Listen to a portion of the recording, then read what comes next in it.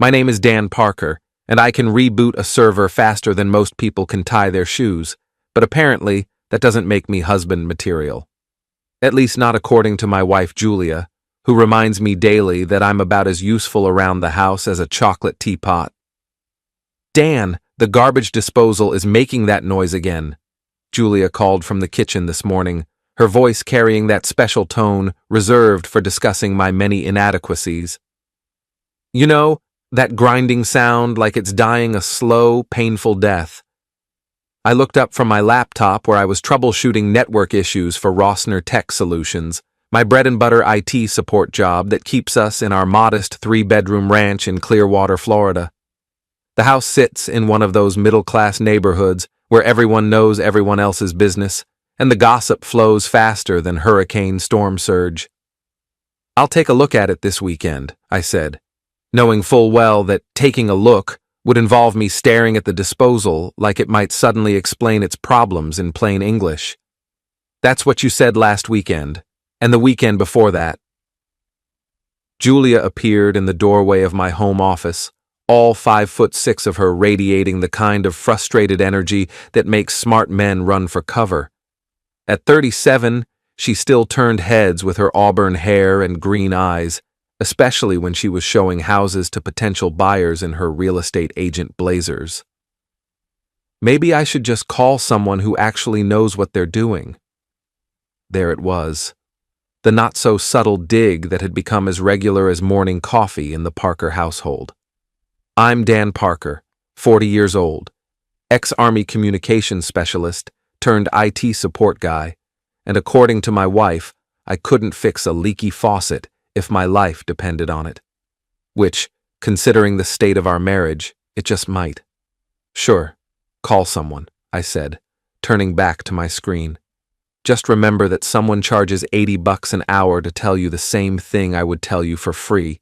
It's probably just something stuck in the blades." Julia's laugh had all the warmth of a January morning in Minnesota. "Right, because your free advice has been so helpful with the dishwasher that's been broken for 3 months, the ceiling fan that wobbles like it's about to take flight, and the bathroom door that sticks every single time." She wasn't wrong, and that was the hell of it. I could diagnose network problems that stumped engineers with decades of experience, but ask me to replace a toilet flapper, and I might as well be trying to perform brain surgery with a butter knife. My phone buzzed with a text from Elle Martinez, our next-door neighbor. Elle was 38, recently divorced, and had the kind of sharp wit that could cut glass. She'd moved in 6 months ago after her marriage imploded, and we'd struck up an easy friendship based on mutual appreciation for sarcasm and good coffee.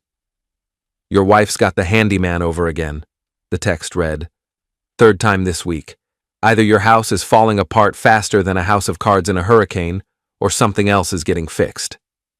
I glanced out my office window toward the driveway, and sure enough, there was the familiar sight of a navy blue Ford F-150 with Bell's Home Repair painted on the side in bold white letters.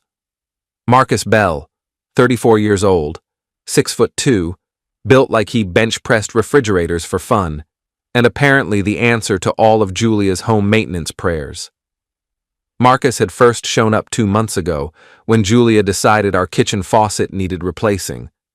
I'd suggested we could probably handle it ourselves with a YouTube tutorial and a trip to Home Depot, but Julia had insisted we needed a professional. Marcus had replaced that faucet in about 20 minutes, charged us $150, and somehow managed to make Julia laugh more in those 20 minutes than I had in the previous 6 months. Since then, he'd become a regular fixture around the Parker house. Squeaky hinges, running toilet, loose deck railing. Marcus Bell was apparently the Swiss Army knife of home repair, and Julia was his biggest fan. "He's so competent," she'd gushed after he fixed our garbage disposal the first time. "It's refreshing to have a man around who actually knows how to use tools." I'd bitten back the obvious response that I knew how to use plenty of tools. They just happened to be keyboards, routers, and diagnostic software instead of hammers and wrenches. In today's world, my skills paid the bills and kept the lights on, but they didn't earn me any respect points in my own home. Through my office window, I watched Marcus climb out of his truck, toolbox in hand, that easy, confident stride that screamed, "I can fix anything." He was wearing jeans and a tight-fitting t-shirt that showed off arms that had clearly never spent their days hunched over a computer screen. His dark skin gleamed with a light sheen of sweat from the Florida humidity, and when he smiled and waved at Julia as she opened the front door, I felt something twist in my stomach that had nothing to do with my morning coffee. "Marcus, thank goodness you could come by so quickly." Julia's voice carried through the open windows, bright and cheerful in a way it hadn't been when she was talking to me 5 minutes earlier. "No problem, Mrs. Parker. What seems to be the issue today?" Mrs. Parker. Right, because that wasn't loaded with implications. I tried to focus on the network diagnostic I was running for Rossner's biggest client, but concentration was hard to come by when I could hear Julia's laughter drifting through the house. She was giving Marcus the grand tour of our latest household crisis. Apparently, the bathroom door in the master suite was sticking again. My phone buzzed with another text from Elle. "They're heading upstairs. Should I start a timer?"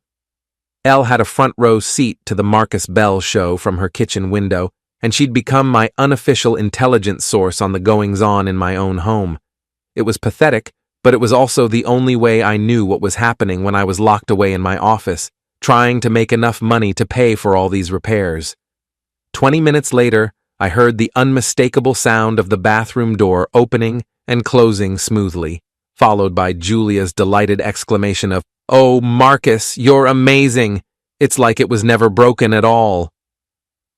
"Just needed a little adjustment to the hinges and some lubrication," Marcus replied, and I swear I could hear the grin in his voice. Sometimes the old hardware just needs the right touch. I closed my laptop harder than necessary and decided I needed some air. And maybe a beer, possibly several beers. The local dive bar, Murphy's Tavern, was exactly the kind of place where a man could drink away his troubles without anyone asking uncomfortable questions. The bartender, Tommy, had seen enough broken marriages to know when to pour drinks and when to keep his mouth shut. "Rough day?" Tommy asked, sliding a cold Budweiser across the scarred wooden bar. "Wife's got the handyman over again," I said, taking a long pull from the bottle. "Third time this week." Tommy nodded knowingly. "Marcus Bell? You know him?" Everyone knows Marcus. Good with his hands, popular with the ladies, especially the married ones whose husbands work too much. The beer suddenly tasted bitter. "What's that supposed to mean?" Tommy shrugged, wiping down glasses with practiced efficiency. "Just saying, man. Maybe you should pay more attention to what's getting fixed around your house." I finished my beer in silence, paid my tab, and drove home through the humid Florida evening. The sun was setting over the Gulf, painting the sky in shades of orange and pink that would have been beautiful if I'd been in the mood to appreciate beauty. Instead, I was thinking about Marcus Bell's confident smile and the way Julia's voice had sounded when she called him amazing. The blue F-150 was gone from my driveway, but I could see lights on in Elle's kitchen. On impulse, I walked over and knocked on her back door. "Well, well," Elle said, opening the door with a knowing smile. "If it isn't the neighborhood's most oblivious husband. Come in. I was just opening a bottle of wine." Elle's kitchen was the mirror image of ours, but where Julia favored country chic with roosters and gingham, Elle had gone for clean lines and modern fixtures. She poured 2 glasses of red wine and gestured for me to sit at her breakfast bar. "So," she said, settling onto the stool across from me, "how long are you going to pretend you don't know what's really going on?" "I don't know what you mean." Ella raised an eyebrow. "Dan, honey, I like you, but you're not stupid. Marcus Bell has been at your house 3 times this week, always when you're locked away in your office, and your wife giggles like a teenager every time he shows up. Either your house is falling apart faster than a condemned building, or something else entirely is getting serviced." The wine was good, but it couldn't wash away the taste of humiliation. "You think Julia's having an affair?" "I think Julia's a woman who feels neglected by her husband, And Marcus Bell is the kind of man who knows exactly how to make a woman feel appreciated. Whether that's crossed any lines yet, I couldn't say, but it's heading that direction faster than a freight train. I stared into my wine glass, watching the red liquid swirl. What am I supposed to do? I can't suddenly become Mr. Fix-It overnight. You could start by paying attention to your wife instead of your computer screen. And maybe, just maybe, you could figure out what Marcus Bell is really fixing around your house. Ella's words followed me home, echoing in my head as I walked through my front door to find Julia curled up on the couch watching some reality TV show about housewives behaving badly. "How was your day?" I asked, settling into my recliner. "Fine," she said without looking away from the television. "Marcus fixed the bathroom door, and he looked at the ceiling fan in the bedroom. Said it needs a new mounting bracket. More work for Marcus then." Now she did look at me, and there was something in her green eyes I couldn't quite read. "Well, at least someone around here is capable of fixing things." That night, lying in bed next to my wife, listening to her breathe in the darkness, I made a decision. If Marcus Bell was fixing more than just household repairs, I was going to find out exactly what was broken in my marriage. And then I was going to figure out how to fix it. Or break it completely. The next morning, Julia announced she was showing houses all day and wouldn't be home until evening. She kissed my cheek with the kind of perfunctory affection usually reserved for elderly relatives, grabbed her real estate portfolio, and headed out in her white Honda Accord, leaving a cloud of expensive perfume and unspoken tension in her wake. I waited exactly 10 minutes before texting Elle. "Coast is clear. Coffee?" Her response was immediate. "Already brewing. Back doors open." Elle's kitchen smelled like French roast and conspiracy. She had her laptop open on the breakfast bar, and I could see she'd been busy. "Okay, Detective Parker," she said, sliding a steaming mug across to me. "I've been doing some reconnaissance work since our conversation last night. You might want to sit down for this." I was already sitting, but I gripped my coffee mug a little tighter. "What did you find?" Elle turned her laptop screen toward me. "First, let's talk about Marcus Bell's business model. I did some digging online, checked out his website, looked at reviews. He's got a solid reputation, fair prices, good work, nothing suspicious there. But I also checked his social media accounts, Instagram, Facebook, the works. And Marcus Bell has a very interesting definition of customer service." She clicked through a series of photos on his Instagram account.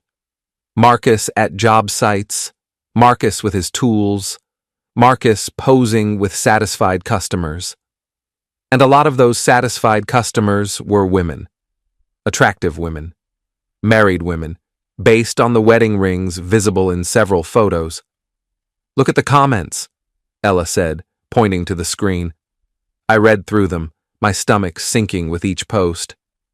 "Thanks for the amazing service, Marcus," from a woman named Jennifer. "You're the best handyman in town," from someone called Lisa. "Can't wait to have you back to finish the job," from a user named Stephanie. "Could be innocent," I said, but my voice sounded hollow even to my own ears. "Could be," Ella agreed. "But look at this." She pulled up Facebook and showed me Marcus's profile. More photos, more female admirers, and more comments that walked the line between professional appreciation and something else entirely. "Here's what really caught my attention," Elle said, clicking on a photo from 3 weeks ago. It showed Marcus at a backyard barbecue, beer in hand, arm around a blonde woman I didn't recognize. The caption read, "Great day working and playing in Clearwater. So he goes to parties, big deal." "Dan, look at the location tag." I squinted at the screen. The photo was tagged at an address I recognized. It was 3 streets over from our house, in our neighborhood. "He's not just working in the area," Ella said quietly. "He's socializing here, building relationships, getting invited to parties." My coffee had gone cold, but I kept sipping it anyway, needing something to do with my hands. "You think he's running some kind of scam?" I think he's a smart businessman who understands that the best way to build a client base is to become part of the community. The question is, how far is he willing to go to secure that client base? Elle closed her laptop and leaned back against the kitchen counter. I've got a proposal for you, Dan, but you're not going to like it. I'm listening. I think we should document what's happening at your house when you're not paying attention. Photos, timestamps, duration of visits. If Julia's just hiring Marcus for legitimate repairs, then we'll have proof of that. If something else is going on, you want to spy on my wife. I want to help you figure out what's really happening in your marriage before you make any decisions you can't take back. I stared out Elle's kitchen window at my house, where Marcus's truck was once again parked in the driveway. When had he arrived? How had I missed it? He's there now, I said. Elle followed my gaze and nodded. Showed up about 20 minutes after Julia left. Interesting timing. Maybe she called him before she left, told him it was safe to come over. Maybe. We watched through the window as Marcus emerged from his truck, but instead of heading for the front door with his toolbox, he walked around to the back of the house, to the pool area, where he'd have privacy from the street. That's new, Ella murmured. My phone buzzed with a text from Julia. Forgot to mention, asked Marcus to look at the pool filter while I'm out. Don't let him track mud through the house. Convenient, Elle said, reading over my shoulder. She remembered to text you about the pool filter, but forgot to mention she'd scheduled him to come over. I stood up abruptly, the stool scraping against Elle's tile floor.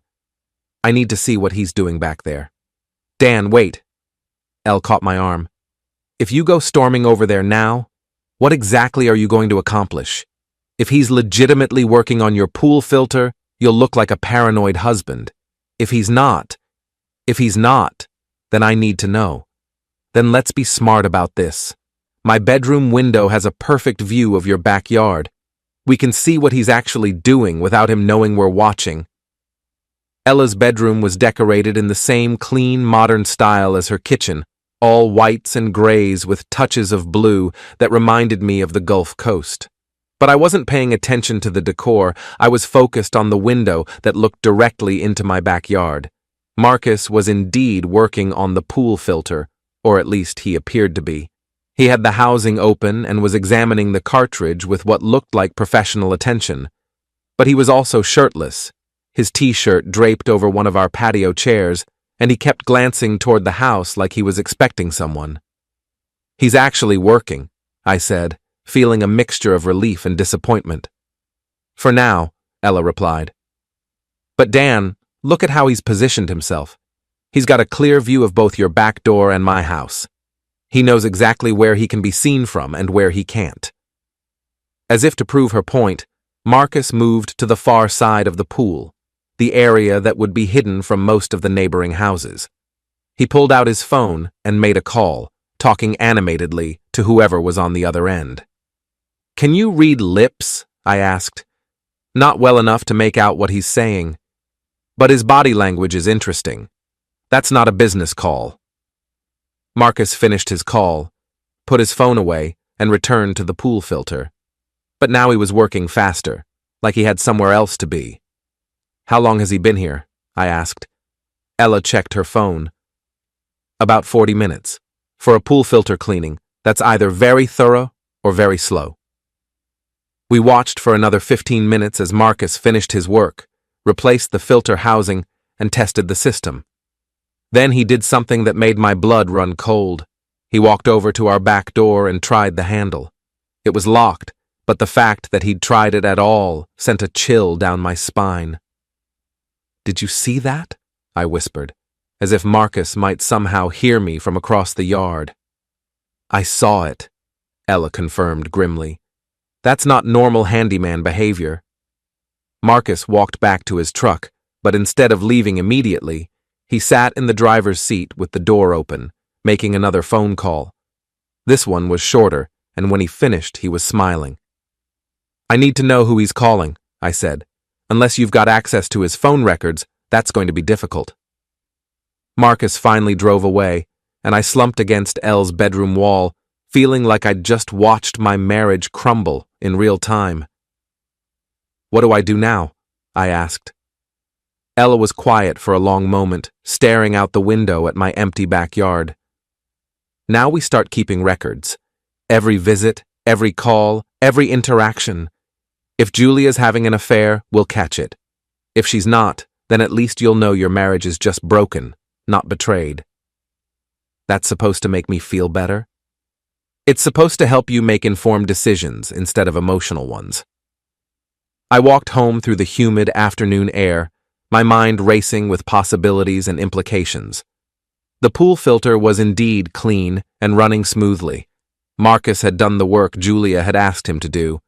But the phone calls, the checking of our back door, the way he'd positioned himself for privacy, none of that felt like standard handyman protocol. The days that followed felt like walking on cracked ice, every step deliberate, every sound amplified.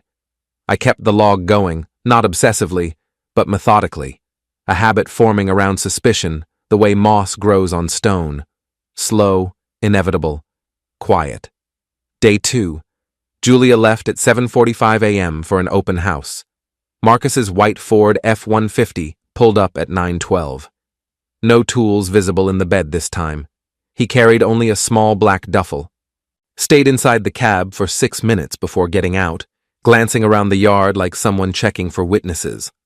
Knocked on the front door. No answer, of course. Then walked around to the side gate, tried the latch, locked as always since I'd changed it last month, and returned to the truck. Sat there another 10 minutes scrolling on his phone. Left at 9:38 without ever touching the pool equipment. I added the entry that night while Julia soaked in the tub, humming off key to whatever playlist was leaking through her earbuds. Day 3. Nothing. No Marcus. No unusual calls. Julia came home at the normal time, kissed my cheek absently, asked about my day like it was a script she'd read too many times. We ate takeout Thai on the couch and watched half an episode of some crime drama before she said she was exhausted and went upstairs. I stayed downstairs pretending to work, actually reviewing security cam footage I'd finally installed 2 weeks earlier. Small wireless cams tucked under the eaves, motion-triggered, cloud-stored. The footage from day 2 showed Marcus's face clearly when he looked toward the house. Not frustrated, not confused. Calculating. Day 4 changed everything. Julia had an evening showing scheduled. A big listing, she said, potential all-cash buyer. She left at 5:30 p.m. wearing the navy dress I used to call her closing dress, the one that made her look untouchable. I waited 20 minutes, then drove to the storage unit we rented on the edge of town. Not to hide anything, just to sit somewhere quiet and think. The unit smelled of cardboard and old paint. I sat on an overturned box and opened the log again. At 6:47 p.m., my phone buzzed with a motion alert from the front camera. Marcus's truck. He parked on the street this time, not the driveway.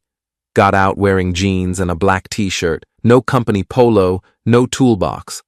Walked straight to the side gate, opened it with a key I knew I hadn't given him. Disappeared around back. I stared at the notification, heart hammering so hard I could feel it in my teeth. The live feed loaded slowly. There he was, on the patio, pulling open the sliding glass door, the one we always kept locked when no one was home. He stepped inside. I didn't call the police, not yet. Instead, I opened the camera app's playback from the interior cam we'd placed in the living room corner, just in case of break-ins. Marcus moved through the house like he belonged there, not rushed, not looking for valuables. He went to the kitchen, opened the fridge, took out a bottle of the IPA I kept for guests, twisted off the cap, and drank straight from it. Then he walked upstairs. The bedroom camera was motion-activated too. It woke when he entered. He didn't touch anything at first, just stood in the doorway, looking at our bed. Then he sat on my side, ran his hand over the comforter like he was testing the temperature of the sheets. Pulled open the nightstand drawer, my side, and took out the small bottle of lubricant we sometimes used. Smiled, closed it again, left the room. He was in the house 11 minutes total, left through the same sliding door, locked it behind him, exited via the gate. Truck pulled away at 7:03. I sat in the storage unit until the automatic lights clicked off, sat in the dark until my breathing steadied. Then I drove home. Julia arrived at 9:15, smelling faintly of perfume that wasn't hers and carrying Chinese takeout as an apology for running late. She chattered about the showing, great feedback, possible second visit next week, while she reheated lo mein. I nodded, said the right things, asked if she'd seen Marcus today. She froze for half a second. No. Why? Just wondering if the pool's clear yet. It's fine, she said too quickly. He texted earlier this week, said it's good for the season. I smiled. Good to know. That night she fell asleep fast, curled away from me. I lay awake listening to her breathe, thinking about the hand that had touched our sheets, about the key he shouldn't have, about how many times this had happened when I was at work or out running errands or just not paying attention. The next morning I called a locksmith before Julia woke up. New locks on every exterior door, rekeyed the gate, added a deadbolt to the sliding glass. When the guy finished, I tipped him extra and asked him to cut 2 sets. One for me, one I'd keep in my safe deposit box. Julia noticed the new keys on the counter when she came down. What's this? Upgraded security, I said. There've been some break-ins in the neighborhood. Better safe. She looked at the keys, then at me. Something flickered behind her eyes. Fear, maybe, or recognition. Okay, I handed her 1 set. Yours. The old ones won't work anymore. She took them without comment. That afternoon I met with a lawyer. Not for divorce papers, not yet. Just information. What constituted proof. What timelines mattered. What I could do to protect myself financially if things went south. The lawyer was calm, matter of fact. Document everything, she said, and don't confront until you're ready to walk away or stay. No in between. I added more entries to the log that night after Julia was asleep. Day 4. Marcus entered house using unauthorized key. Duration inside, 11 minutes. Accessed master bedroom. Handled personal items. Evidence captured on interior camera. Time-stamped. Backed up to external drive. No theft observed but clear unauthorized access. Julia unaware or pretending to be.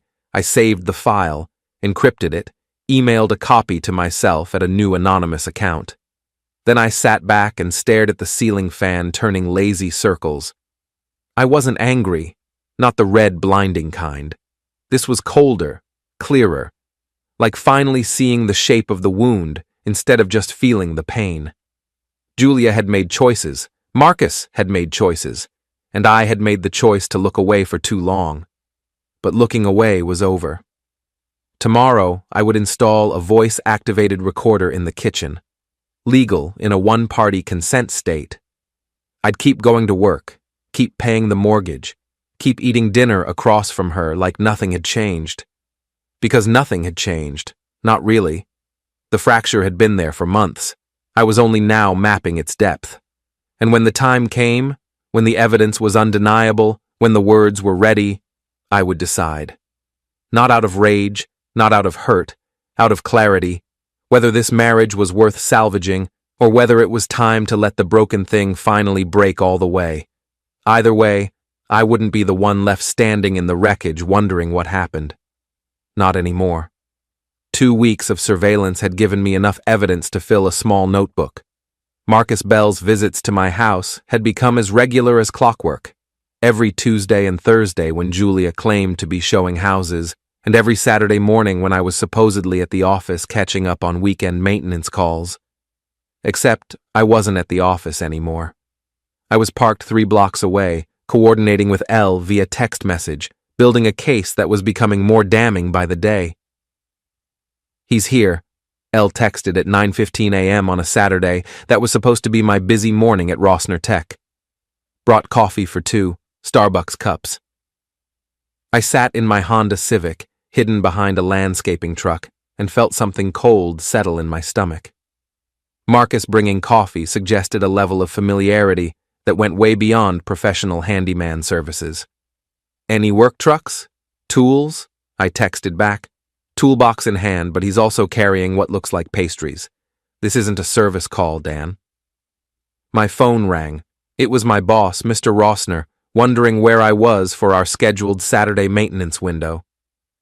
I fed him some story about food poisoning and promised to handle everything remotely, then hung up and contemplated the wreckage of my life. 3 more texts from Elle arrived in rapid succession. "They're in the kitchen, laughing about something. Now they're by the pool. She's in that red bikini. Dan, you need to see this. Coming over." I drove home and parked 2 blocks away, then walked through Elle's backyard to avoid being seen. She met me at her back door with a grim expression and her phone in her hand. "I took photos," she said without preamble. "You're not going to like them." The first photo showed Julia and Marcus sitting by our pool, coffee cups and pastry boxes on the table between them. Julia was indeed wearing her red bikini, the one she claimed was too revealing to wear when I was around. Marcus was shirtless, and they were sitting closer together than any homeowner and handyman had a right to be. The second photo was worse. It showed Marcus applying sunscreen to Julia's shoulders while she laughed at something he'd said. The third photo made my hands shake. Julia and Marcus in what was unmistakably an embrace, her arms around his neck, his hands on her waist. "When was this taken?" I asked, my voice barely above a whisper. 10 minutes ago." I stared at the images on Elle's phone, watching my marriage die in high-definition color. 22 years together, 15 years married, and this was how it ended, with my wife entertaining another man in our backyard while I sat in a neighbor's kitchen looking at photographic evidence of my own humiliation. "I'm sorry, Dan," Elle said softly. "I know this isn't what you wanted to find. Actually, it's exactly what I needed to find." I handed her phone back and stood up, surprised by how calm I felt. "Now I know what I'm dealing with." "What are you going to do?" "I'm going to fix this." "Dan, you can't fix an affair by—" "I don't mean fix the marriage, Ella. I mean fix the situation. Julia and Marcus think they're being clever, sneaking around behind my back. They think I'm too stupid and too absorbed in my work to notice what's happening in my own house." I walked to Elle's window and looked across at my backyard, where my wife and her lover were now lounging by the pool, like they didn't have a care in the world. "They're right that I can't fix a leaky faucet," I continued, "but I can fix a network that's been compromised. I can identify the source of the problem, isolate it, and eliminate it, and that's exactly what I'm going to do." Elle raised an eyebrow. "That sounds ominous." "It should." I spent the rest of the weekend planning, not just the divorce, that would come later, and with Elle's photographic evidence, it would be swift and decisive. No, I was planning something more immediate and infinitely more satisfying. Marcus Bell had built his reputation on being the reliable handyman who could fix anything. But every system has vulnerabilities and every man has weaknesses. I just needed to find his. Monday morning, I called in sick to work and began my research in earnest. If Marcus was running around with married women, there had to be others. Men like him didn't suddenly develop a taste for adultery. It was a pattern, a business model disguised as customer service. I started with his social media accounts, cross-referencing the women who commented on his posts with public records, marriage licenses, and property ownership databases. It was tedious work, but I had the skills and the motivation to be thorough. By noon, I had identified at least 6 other married women in the area who seemed to have unusually close relationships with Marcus Bell. Women who commented on his photos with heart-eye emojis, who tagged him in posts about amazing service, who appeared in his Instagram stories at various social events around town. But it was the 7th name that made me sit back in my chair and smile for the first time in weeks. Jennifer Walsh, married to Detective Mike Walsh of the Clearwater Police Department. Jennifer, who had posted a glowing review of Marcus's work on her Facebook page just 3 days ago. Jennifer, whose husband was known around town for his short temper and his strong opinions about men who disrespected other men's wives. I picked up my phone and dialed the non-emergency number for the Clearwater PD. "Detective Walsh, please. Tell him it's regarding his wife's recent home improvement project." 20 minutes later, I was sitting across from Detective Mike Walsh in a coffee shop downtown, watching his face turn progressively redder as he scrolled through the photos I'd printed out. Not the ones of Julia and Marcus, but the ones I'd found on social media showing Marcus and Jennifer at various local events. "Where did you get these?" Walsh asked, his voice tight with controlled anger. "I'm an IT specialist. I know how to research people online. The question is, Detective, what are you going to do about it?" Walsh studied the photos again, his jaw clenched. "What exactly are you suggesting?" "I'm not suggesting anything. I'm stating facts. Marcus Bell has a pattern of getting very close to his female clients, married female clients. And based on what I've observed, he's not just fixing their plumbing." I pulled out my phone and showed Walsh the photos Elle had taken of Julia and Marcus. "This is my wife. This was taken in my backyard last Saturday morning." Walsh looked at the photos, then back at me. "What do you want from me?" "I want you to help me send a message to Mr. Bell that his customer service model is about to become very expensive. I can't arrest a man for adultery. I'm not asking you to arrest him. I'm asking you to have a conversation with him, man to man, husband to husband. Let him know that his reputation in this community is about to change." Walsh was quiet for a long moment, staring at the photos of his wife and Marcus. When he finally looked up, his eyes were cold as winter. "What did you have in mind?" The plan was simple, elegant, and completely legal. Detective Walsh would arrange for Marcus to be pulled over for a routine traffic stop. Nothing dramatic, just a standard license and registration check. During that stop, Walsh would have a friendly conversation with Marcus about the importance of maintaining professional boundaries with clients. Meanwhile, I would be implementing phase 2 of my revenge plan, exposing Marcus's business practices to his entire client base.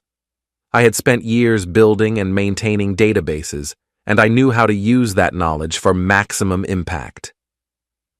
Marcus's customer list wasn't hard to reconstruct. Between his social media accounts, online reviews, and public business filings, I had names, addresses, and phone numbers for most of his regular clients. What Marcus didn't know was that many of those clients' husbands were about to receive anonymous emails containing photographic evidence of their handyman's extracurricular activities. Wednesday evening, I sat in my home office, finger hovering over the send button for an email that would go out to 43 different addresses. The subject line read, "Important information about Bell's home repair services." Julia was in the living room, watching television and texting someone, probably Marcus, based on the way she kept smiling at her phone. She had no idea that her secret was about to become very public knowledge. I clicked send. Within an hour, my phone started ringing. The first call was from Detective Walsh. "It's done," he said simply. "Mr. Bell and I had a very productive conversation about professional ethics. I don't think he'll be expanding his customer service offerings anytime soon." The second call was from a number I didn't recognize. "Is this Dan Parker?" The voice was male, angry, and unfamiliar. "Yes." "This is Tom Rodriguez. You sent me some photos of my wife and Marcus Bell. I want to know where you got them and what you want." "I got them from public social media accounts, Mr. Rodriguez, and I don't want anything. I just thought you should know what kind of services you were paying for." The third call came before I could hang up from the second, then the fourth, then the fifth. By Thursday morning, Marcus Bell's phone was apparently ringing non-stop. I knew this because Julia kept trying to reach him and getting voicemail, which made her increasingly agitated as the day wore on. "Have you heard from Marcus?" she asked me over breakfast, trying to sound casual. Why would I hear from Marcus? He was supposed to come by today to look at the air conditioning unit, but he's not answering his phone. Maybe he's busy, with other customers. Julia's phone buzzed with a text message. She read it quickly, and I watched her face go pale. "Everything okay?" I asked. "Fine," she said, but her voice was shaky. "Just work stuff." I had a pretty good idea what that text message said. By my count, Marcus Bell was about to lose at least 30 regular customers, and possibly his marriage, depending on how Mrs. Bell felt about her husband's customer service philosophy. That afternoon, Elle texted me, "Marcus just pulled into your driveway. Looks upset." I was ready for him. Marcus Bell knocked on my front door with the kind of aggressive urgency that suggested he was past the point of pretending this was a social call. When I opened the door, his usual confident smile was nowhere to be seen. "We need to talk," he said. "About what?" "You know damn well about what." I stepped outside and closed the door behind me, not wanting Julia to overhear whatever was about to happen. "I'm not sure I follow," I said calmly. Marcus stepped closer, trying to use his size to intimidate me. "You sent those emails. You've been watching me, taking pictures, calling people. What the hell is wrong with you?" "What's wrong with me?" I laughed, and it felt good. "Marcus, I'm not the one who's been screwing other men's wives. I'm just the one who documented it. You don't know what you're talking about.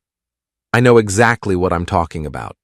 I know about Jennifer Walsh, about Lisa Martinez, about at least 6 other married women whose husbands are now asking very uncomfortable questions about their home repair bills."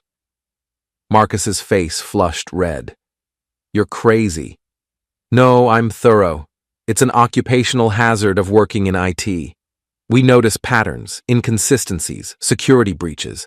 And Marcus, you've been a massive security breach."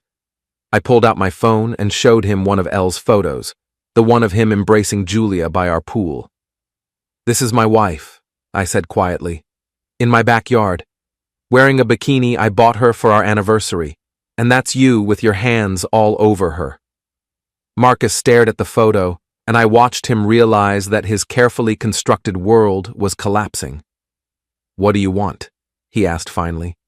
"I want you to stay away from my wife. I want you to stay away from my house.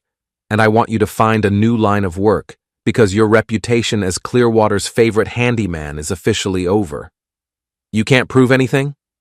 "I don't have to prove anything. I just have to share what I've already documented. And Marcus, I've documented everything." The next morning, sunlight sliced through the blinds like accusations I no longer needed to dodge. I woke before Julia, slipped downstairs, and brewed coffee the way she used to like it. Strong, black, no sugar. The machine gurgled while I stared at the empty driveway where Marcus's truck had idled yesterday. No sign of him. Good. Julia came down in her robe, hair mussed, eyes wary. She accepted the mug without comment, cradling it like a shield.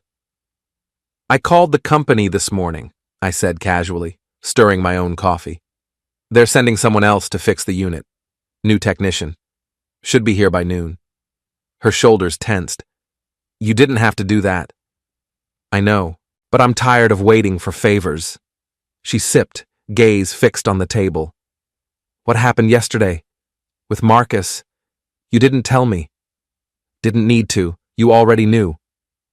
Silence stretched, thick as summer humidity. Finally she spoke, voice small. It wasn't what you think. Not really."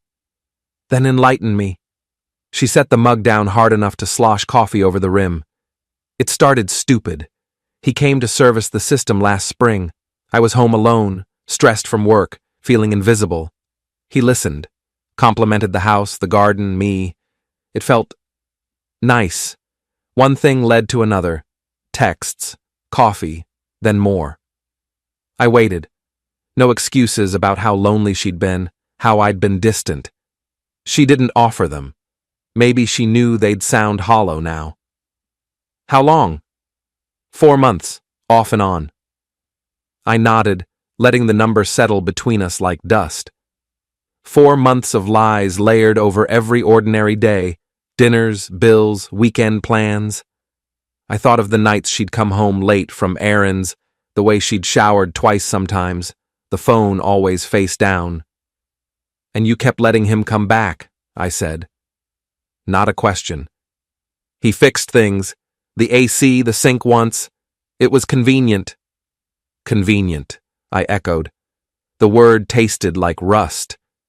She looked up then, eyes wet but steady. "I'm not asking forgiveness. I know I don't deserve it, but I ended it. Yesterday, after you talked to him, I blocked his number, told him never to contact me again." I believed her, not because she sounded sincere, though she did, but because the relief in her posture was unmistakable. The secret had been heavier than either of us realized. "I'm not staying," I said quietly. Her face crumpled for a second before she caught it. I figured.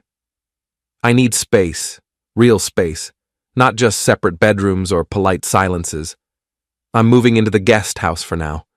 We'll figure out the rest later. Counseling maybe if you want it. Or lawyers. Your choice." She nodded slowly. "Okay." I expected tears, anger, begging. Instead, she just sat there looking smaller than I'd ever seen her. The woman who used to laugh at my terrible puns, who planned our vacations with color-coded spreadsheets, who once drove 3 hours to surprise me at a work conference. That woman had made choices. So had I. Choices to ignore the signs, to stay comfortable instead of honest. The new technician arrived at 11:45. Young guy, early 20s, nervous energy, toolbox clanking. He introduced himself as Tyler, shook my hand firmly, and got to work without small talk. Julia hovered in the kitchen doorway, watching him dismantle the unit, then disappeared upstairs. I helped Tyler carry the old compressor to his van. "Hot one today," he said, wiping sweat from his brow. "Yeah, been broken for weeks." He glanced at the house. "Wife mentioned on the phone it was urgent. Sorry for the delay. Scheduling got messed up." "No problem. Just glad it's getting fixed." He worked efficiently, professionally. No lingering glances, no compliments on the landscaping. When he finished, he handed me an invoice, explained the warranty, and left. The house hummed again, cool air whispering through the vents like a reset button. That afternoon, I packed a suitcase. Not everything, just clothes, laptop, a few books, my running shoes. Julia sat on the couch, knees drawn up, watching me move back and forth. "I'm not running away," I told her. "I just need to breathe somewhere that doesn't smell like what we lost." She swallowed. "Will you come back?" "I don't know yet." I carried the bag to the guest house out back, a small converted studio we'd built for visiting family that never came. It had its own entrance, kitchenette, view of the yard. I set my things down and stood in the doorway, looking at our main house. Lights were on in the kitchen. Julia moved behind the window, probably cleaning up the coffee spill from earlier. That night I lay on the unfamiliar bed, listening to crickets instead of her breathing. The peace I'd felt yesterday was still there, but now it had edges, sharp ones. I wasn't numb. I was awake. The days blurred into a routine that felt both strange and necessary. I went to work, came home to the guest house, cooked simple meals. Julia and I spoke when we crossed paths, brief, careful exchanges about bills, groceries, the dog's vet appointment. We didn't fight. We didn't touch. We existed in parallel. 2 weeks later, she knocked on my door after dark. I opened it, surprised to see her holding a bottle of red wine we'd bought on our honeymoon in Tuscany. "Not to drink together," she said quickly. "Just, I found this in the cellar. Thought you might want it." I took the bottle. Our fingers brushed. Neither of us pulled away fast enough. "Thanks." She lingered. "I started seeing someone. A therapist. Alone. For now." "Good." I told her everything. No filters. I nodded. I'm thinking about it too. She gave a small, sad smile. Maybe one day we could go together? Maybe. She turned to leave, then paused. The AC's working great, by the way. House feels different. Yeah, I said. Cooler. She walked back across the yard. I closed the door, set the wine on the counter, and poured a single glass. I drank it slowly, tasting the years in it. Good ones, hard ones, the ones we'd wasted. I didn't know if we'd rebuild. Some things break clean, others shatter into pieces too small to find. But for the first time in months, I wasn't pretending everything was fine. I was facing the damage head on. And that, I realized, was the only way anything ever got fixed. My way. The 4th of July block party was Sandra Mitchell's idea. Sandra lived at the end of our street and had been organizing neighborhood events since before most of us moved in. This year's party was going to be the biggest yet, a full day of food, games, and fireworks in the community park at the center of our subdivision. Julia had been unusually enthusiastic about attending, which should have been my first warning sign. My wife wasn't typically the social butterfly type, especially not lately. But she'd volunteered to help with decorations and had even bought a new red, white, and blue sundress for the occasion. It'll be good for us to get out and socialize, she said, while getting ready that morning. We've been so isolated lately. I agreed that it would be good to socialize. In fact, I was counting on it. The community park was already bustling with activity when we arrived at noon. Someone had strung patriotic bunting between the palm trees, and folding tables groaned under the weight of covered dishes and coolers full of beer. Kids ran around with sparklers, and the smell of barbecue smoke filled the humid air. Dan, Julia! Sandra Mitchell waved us over to the registration table, where she was checking names off a list with the efficiency of a military quartermaster. So glad you could make it. Julia, the decoration committee did an amazing job. Thanks, Sandra. Where do you need us? Actually, I was hoping Dan could help with the audio-visual setup. We're doing a little slideshow presentation later, neighborhood highlights from the past year. Tommy Henderson was supposed to handle it, but his back went out this morning. I glanced at the folding table where a laptop and projector were waiting to be connected. I think I can manage that. Perfect. The slideshow is already loaded on the computer. Just need someone who knows what they're doing to get it running. Julia squeezed my arm. Look at that, honey. Something you can actually fix. Her tone was playful, but there was an edge to it that hadn't been there before Marcus Bell entered our lives. I smiled and kissed her cheek, tasting the bitter irony of the moment. I'll do my best, I said. While Julia went to mingle with the other wives, I set up the projection system with the kind of methodical precision that had made me good at my job. But I wasn't just connecting cables and adjusting screen angles. I was also making some modifications to Sandra's innocent neighborhood slideshow. The beauty of being the IT guy is that people assume you're just doing technical stuff when you're typing on a computer. They don't look too closely at what you're actually doing, especially when you project an air of competent boredom. It took me 20 minutes to integrate my own photos into Sandra's slideshow, complete with captions and smooth transitions. The timing had to be perfect. Too early in the presentation, and people might not be paying attention. Too late, and the impact would be lost. I decided to insert my special content right after the segment on neighborhood improvements. It seemed thematically appropriate. By 2 o'clock, the park was packed. It seemed like every resident of our subdivision had turned out, along with friends and relatives visiting for the holiday. I spotted Detective Walsh near the beer table, talking to a group of other men who looked like they might be cops. Elle was helping serve food, but she caught my eye and nodded slightly. She knew what was coming. What I didn't expect was to see Marcus Bell's navy blue F-150 pull into the parking area. He climbed out of his truck, looking like a man who'd spent the week in hell, which, based on the feedback I'd been getting from my email campaign, was probably accurate. His usual confident swagger was gone, replaced by the hunched shoulders of someone expecting trouble. But he wasn't alone. Julia appeared at his side almost immediately, and even from across the park I could see the tension in their body language. They were having an intense conversation, heads close together, her hand on his arm. "Interesting development," Ella said, appearing at my elbow with a plate of potato salad. "Very interesting. You ready for this?" I looked around the park at my neighbors, people I'd lived near for years but barely knew, people who were about to get a very intimate look at my private life. As ready as I'll ever be. Sandra Mitchell climbed onto the small stage that had been set up for the evening's band and tapped the microphone for attention. "Ladies and gentlemen, if I could have your attention, please.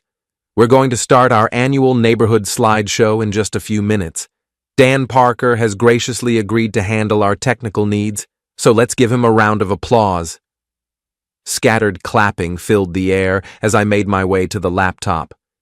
Julia was still deep in conversation with Marcus near the parking area, but they were starting to attract attention from other partygoers. "Testing, testing," I said into the microphone.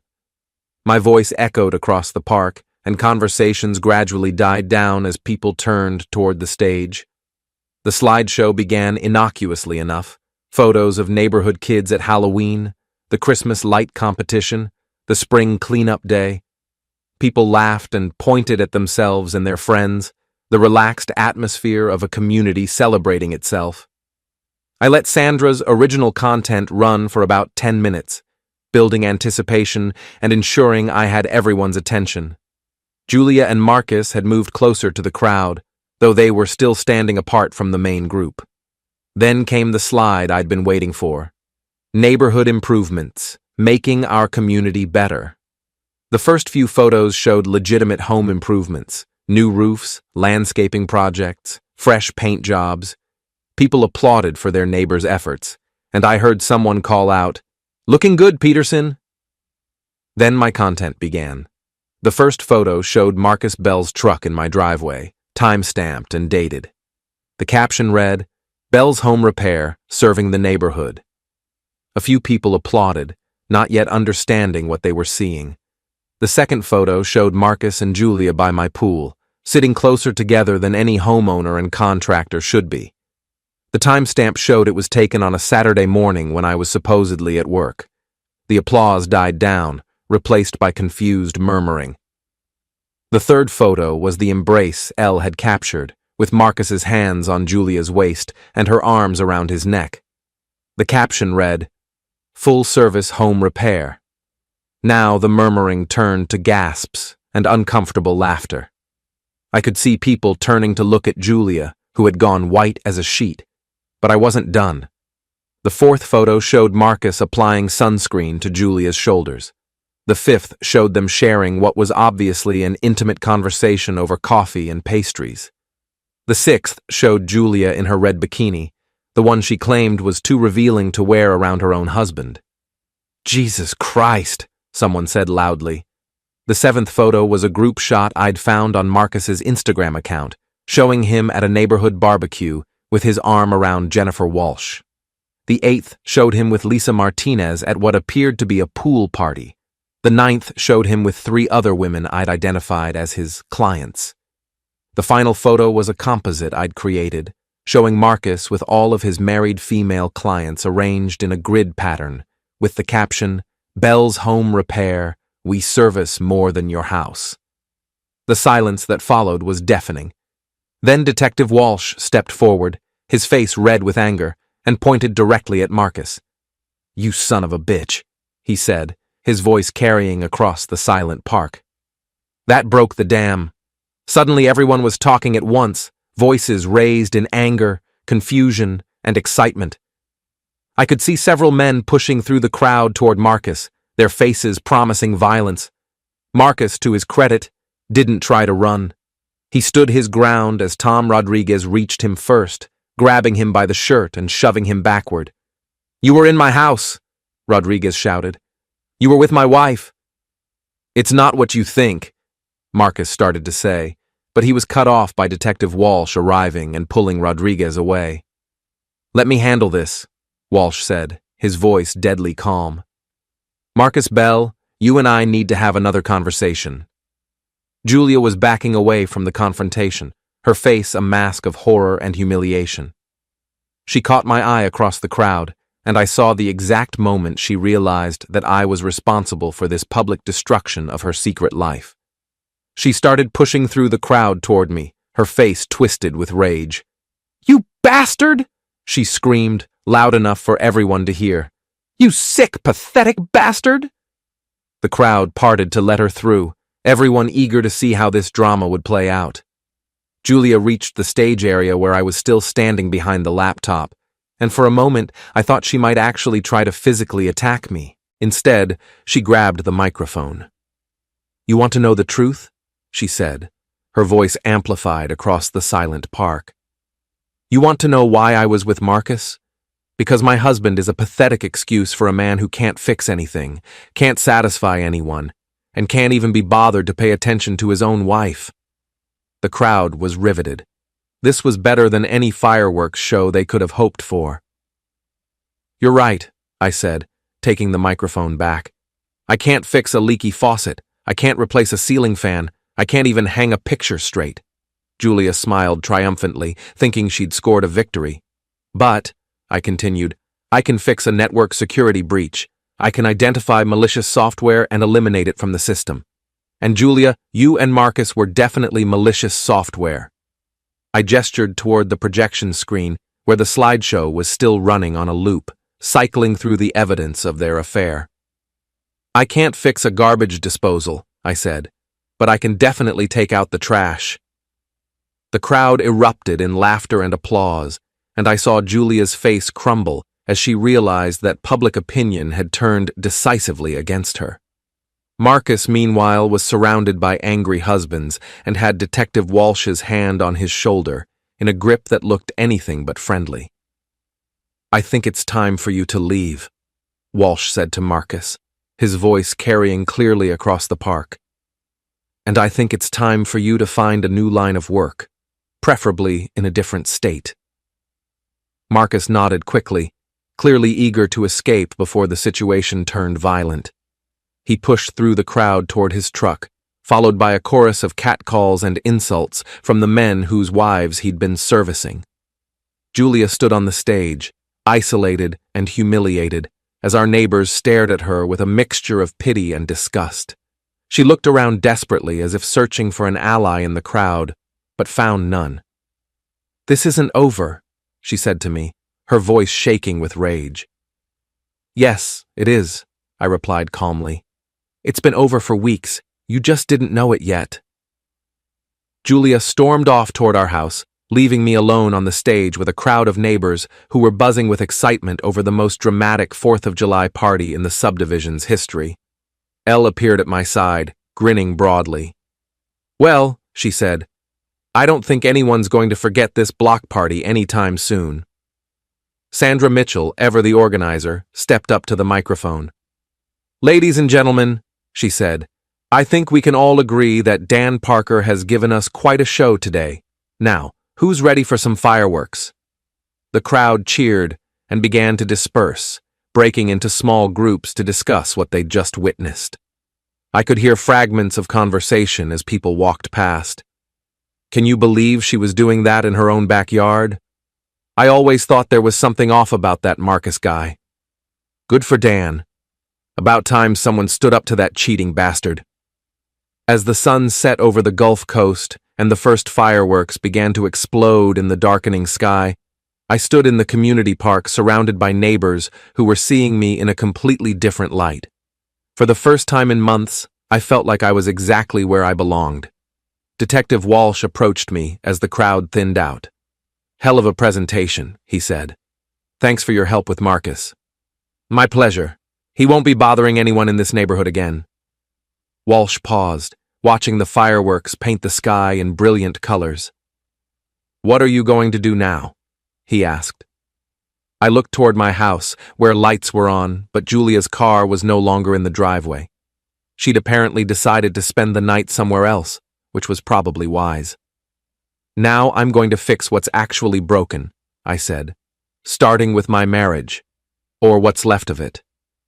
Good luck with that." Thanks, but I don't think I'll need luck. I've got something better. What's that? I smiled as another firework exploded overhead, filling the sky with golden light. I've got the truth. And sometimes that's the only tool you need. The fireworks continued for another hour, but I barely noticed them. I was too busy planning my next moves, the divorce papers that would need to be filed, the house that would need to be sold, the new life that would need to be built from the wreckage of the old one. For the first time in years, I was looking forward to fixing something. As the last firework faded from the sky and the crowd began to head home, Elle walked over to where I was packing up the projection equipment. "So," she said, "what's next for the neighborhood's most notorious IT specialist?" "Next, I start over. Clean slate, fresh start, no more broken marriages to worry about." "Any regrets?" I thought about that as I coiled up the last of the cables. Did I regret destroying my wife's affair in such a public way? Did I regret humiliating Marcus Bell in front of half the neighborhood? Did I regret turning our private pain into public entertainment? "No," I said finally. "No regrets. They made their choices, and I made mine. The only difference is that my choices were smarter." Elle laughed. "Remind me never to get on your bad side. Don't cheat on your husband with the handyman and you'll be fine." As we walked back toward our houses, I could see that Julia had returned. Her car was in the driveway, and lights were on throughout the house. There would be conversations to have, papers to sign, lawyers to hire, the practical business of ending a marriage, but all of that could wait until tomorrow. Tonight, I was going to sit on my back porch, drink a beer, and enjoy the satisfaction of a job well done. Sometimes the best revenge isn't getting even. Sometimes it's simply letting everyone see the truth. And sometimes that's all the fixing a situation needs.